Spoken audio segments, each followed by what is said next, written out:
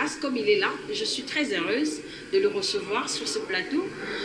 Bonjour, Monsieur Serge Kiombokuta. Bonjour. Alors, nous avons l'inquiétude de vous recevoir dans cette émission Haute Trajectoire. Et ce qui nous a plu, parce que vous avez beaucoup de facettes, et c'est intéressant pour nous, parce qu'il y a beaucoup de jeunes Congolais qui ne veulent pas embrasser carrière, et puis faire quelque chose pour donner un peu de la tonus dans le pays. Alors, avant d'en arriver, parlez un peu de votre musique. Comment êtes-vous arrivé dans la musique? J'ai fini mes études primaires et secondaires à l'internat dans le Congo central.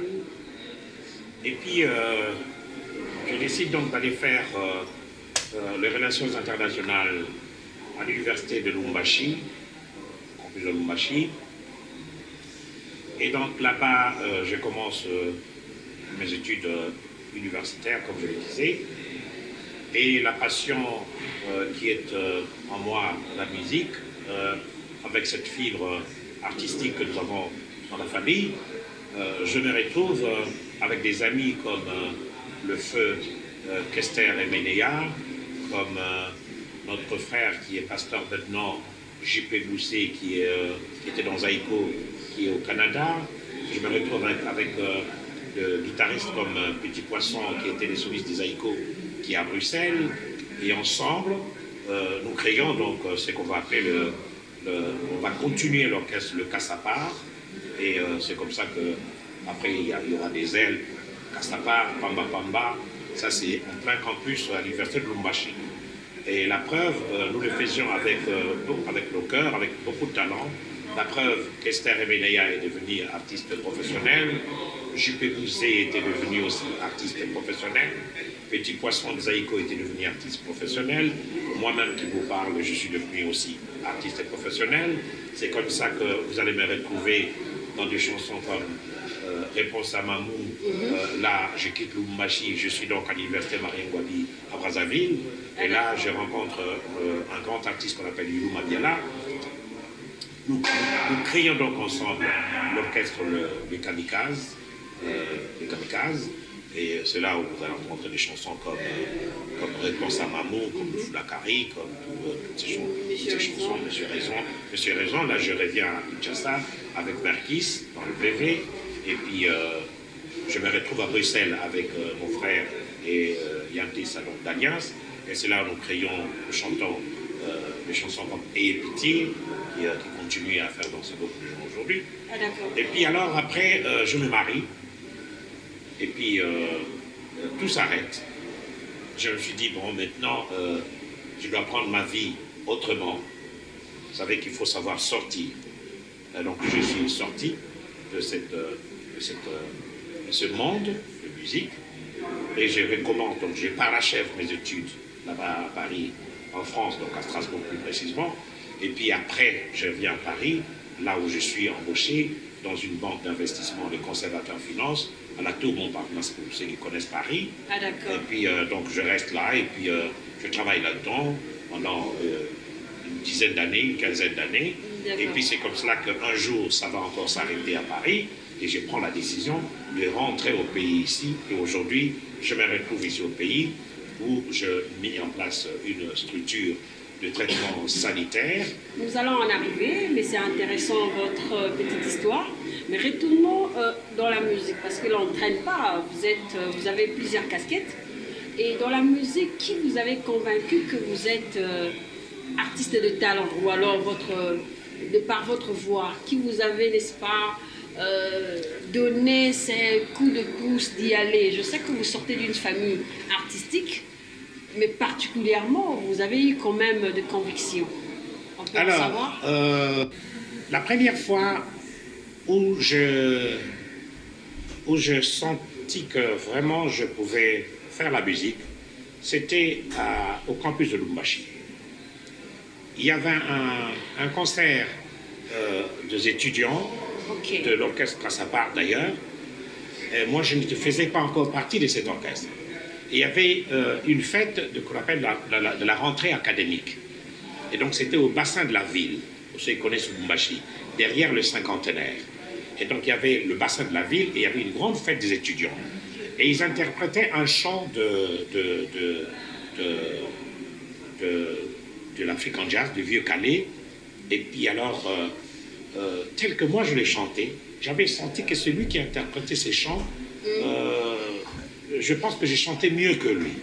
Avec le courage que Dieu m'a donné, je me suis approché de chanteurs et j'ai demandé à leur chef, est-ce que je peux chanter ces chants-là?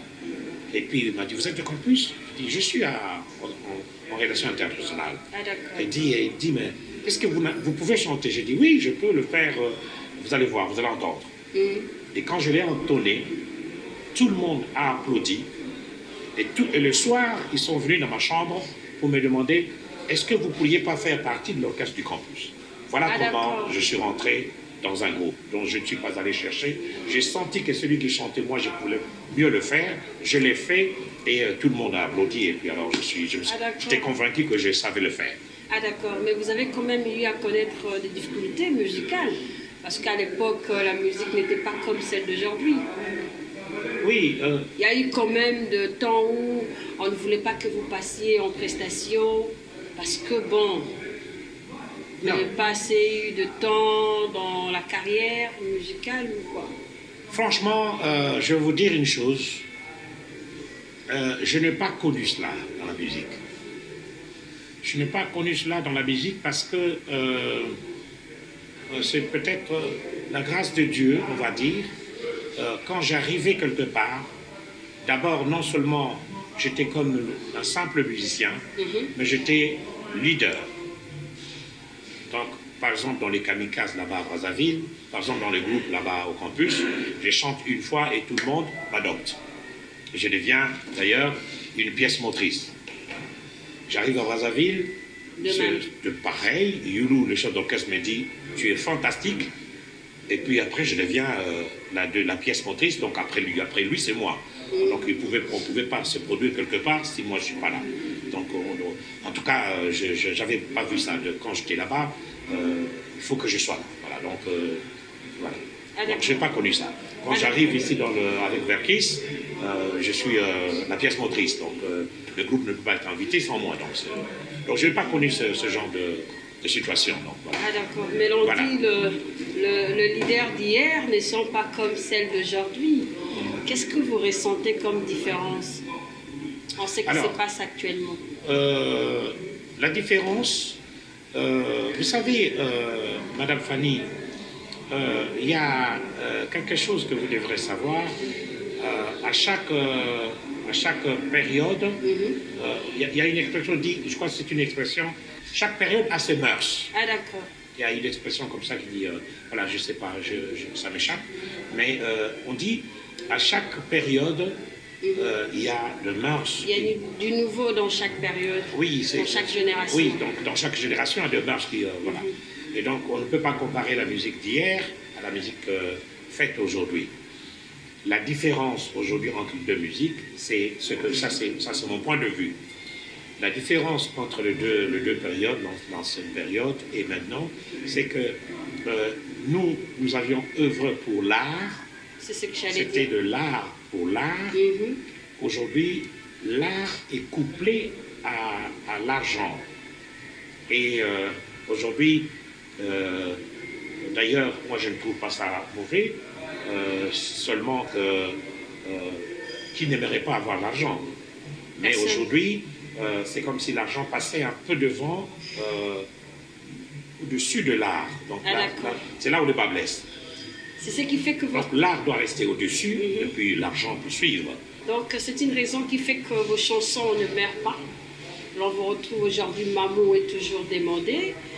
Il y a Ayez pitié et puis Monsieur Raison. Bref, les chansons anciennes, aujourd'hui, ça continue à faire, n'est-ce pas, de la chaleur dans le cœur de Congolais, pourquoi pas, de ceux de l'étranger qui ont toujours les soucis d'écouter la musique congolaise. On continue. Mais seulement, vous n'avez pas arrêté, vous êtes en train, pour, n'est-ce pas, percer dans vos études.